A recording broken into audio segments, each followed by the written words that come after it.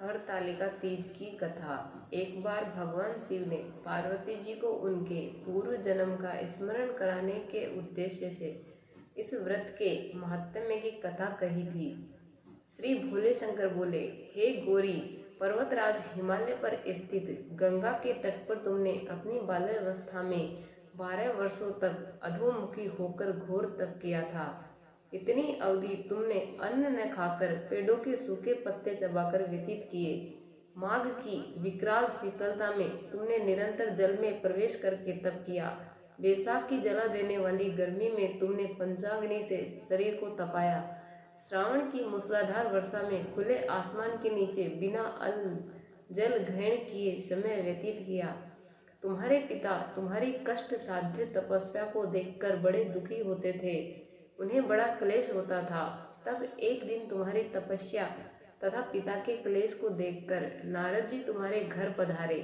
तुम्हारे पिता ने हृदय से अतिथि सत्कार करके उनके आने का कारण पूछा। नारद जी ने कहा, हे गिरिराज, मैं भगवान विष्णु के भेजने पर यहाँ उपस्थित हुआ हूँ। आपकी कन्या ने बड़ा कठोर तप किया है। इससे प्रसन्न होकर वे आपकी सुपुत्र से विवाह करना चाहते हैं। इस संदर्भ में आपकी राय जानना चाहता हूँ। नारद जी की बात सुनकर गिरिराज गदगद हो उठे।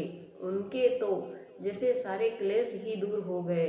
प्रसन्नचित्त होकर वे बोले, श्रीमान, यदि स्वयं विष्णु मेरी कन्या का वरण करना चाहते हैं तो भला मुझे क्या आपत्ति हो सकती है।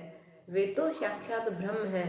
हे महेशी, यह तो हर पिता की इच्छा होती है कि उसकी पुत्री सुख संपदा से युक्त पति के घर की लक्ष्मी बने। पिता की सार्थकता इसी में है कि पति के घर जाकर उसकी पुत्री पिता के घर से अधिक सुखी रहे।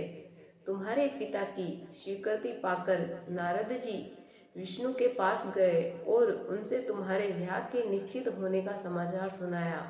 मगर इस विवाह संबंध की बात जब तुम्हारे कान में पड़ी तो तुम्हारे दुख का ठिकाना न रहा। तुम्हारी एक सखी ने तुम्हारी इस मानसिक दशा को समझ लिया और उसने तुमसे उस दुख का कारण जानना चाहा। तब तुमने बताया, मैंने सच्चे हृदय से भगवान शिव शंकर का वरण किया है, किंतु मेरे पिता ने मेरा विवाह विष्णु जी से निश्चित कर दिया। मैं विचित्र धर्म संकट में हूँ। अब क्या करूँ? प्राण छोड़ने के अतिरिक्त अब कोई भी उपाय शेष नहीं बचा। तुम्हारी सखी बड़ी ही समझदार और सूझबूझ वाली थी। उसने कहा, सखी, प्राण त्यागने का इसमें कारण ही क्या है? संकट के मौके पर धैर्य से काम लेना चाहिए। नारी के जीवन की सार्थकता इसी में है कि पति रूप में हृदय से जिसे एक बार स्वीकार कर लिया, जीवन पर्यंत उसी से निर्वाह करे। सच्ची आस्था और एक निष्ठा के समक्ष तो ईश्वर को भी समर्पण करना पड़ता है। मैं तुम्हें घनघोर जंगल में ले चलती हूँ, जो साधना स्थली भी हो, और जहाँ तुम्हारे पिता तुम्हें खोज भी ना पाए, वहाँ तुम साधना में लीन हो जाना। मुझे विश्वास है कि ईश्वर अवश्य ही तुम्हारी सहायता करेंगे। तुमने ऐसा ही किया। तुम्हारे पिता तुम्हें घर पर न पाकर बड़े दुखी तथा चिंतित हुए। वे सोचने लगे कि तुम जाने कहाँ चली गई। मैं विष्णु जी से उसके विवाह करने का प्रण कर चुका हूँ। यदि भगवान विष्णु बारात लेकर आ गए और कन्या घर पर न हुई तो बड़ा अपमान होगा। मैं तो कहीं मुंह दिखाने के योग्य भी नहीं रहूंगा। यही सब सोचकर गिरिराज ने जोर शोर से तुम्हारी खोज शुरू करवा दी। इधर तुम्हारी खोज होती रही और उधर तुम अपनी सखी के साथ नदी के तट पर एक गुफा में मेरी आराधना में लीन थी। भाद्रपद शुक्ल तृतीया को हस्त नक्षत्र था। उस दिन तुमने रेत के शिवलिंग का निर्माण करके व्रत किया। रात भर मेरी स्तुति के गीत गाकर जागी। तुम्हारी इस कष्ट साध्य तपस्या के प्रभाव से मेरा आसन डोलने लगा। मेरी समाधि टूट गई। मैं तुरंत तुम्हारे समक्ष जा पहुंचा और तुम्हारी तपस्या से प्रसन्न होकर तुमसे वर मांगने के लिए कहा। तब अपनी तपस्या के फलस्वरूप मुझे अपने समक्ष पाकर तुमने कहा, मैं हृदय से आपको पति के रूप में वरण कर चुकी हूँ।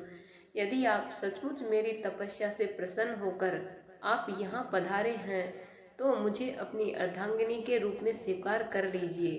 तब मैं तथास्तु कहकर कैलाश पर्वत पर लौट आया। प्रातः होते ही तुमने पूजा की समस्त सामग्री को नदी में प्रवाहित करके अपनी सहेली सहित व्रत का पारण किया। उसी समय अपने मित्र बंधु व दरबारियों सहित गिरिराज तुम्हें खोजते खोजते वहां आ पहुँचे और तुम्हारी इस कष्ट साध्य तपस्या का कारण तथा उद्देश्य पूछा। उस समय तुम्हारी दशा को देखकर गिरिराज अत्यंत दुखी हुए और पीड़ा के कारण उनकी आंखों में आंसू उमड़ आए थे।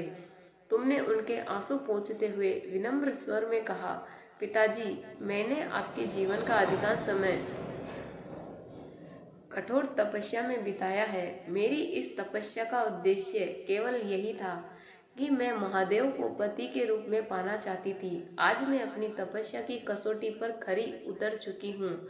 आप क्योंकि विष्णु जी से मेरा विवाह करने का निर्णय ले चुके थे, इसीलिए मैं अपने आराध्य की खोज में घर छोड़कर चली आई। अब मैं आपके साथ इसी शर्त पर घर जाऊंगी कि आप मेरा विवाह विष्णु जी से न करके महादेव जी से करेंगे। गिरिराज मान गए और तुम्हें घर ले गए। कुछ समय के पश्चात शास्त्रोक्त विधि विधान पूर्वक उन्होंने हम दोनों को विवाह सूत्र में बांध दिया। हे पार्वती, भाद्रपद की शुक्ल तृतीया को तुमने मेरी आराधना करके जो व्रत किया था, उसी के फलस्वरूप मेरा तुमसे विवाह हो सका। इसका महत्व यह है कि मैं इस व्रत को करने वाली कुंवारी कन्याओं को मनोवांछित फल देता हूँ। इसीलिए सौभाग्य की इच्छा करने वाली प्रत्येक युवती को यह व्रत पूरी एकनिष्ठ तथा आस्था से करना चाहिए।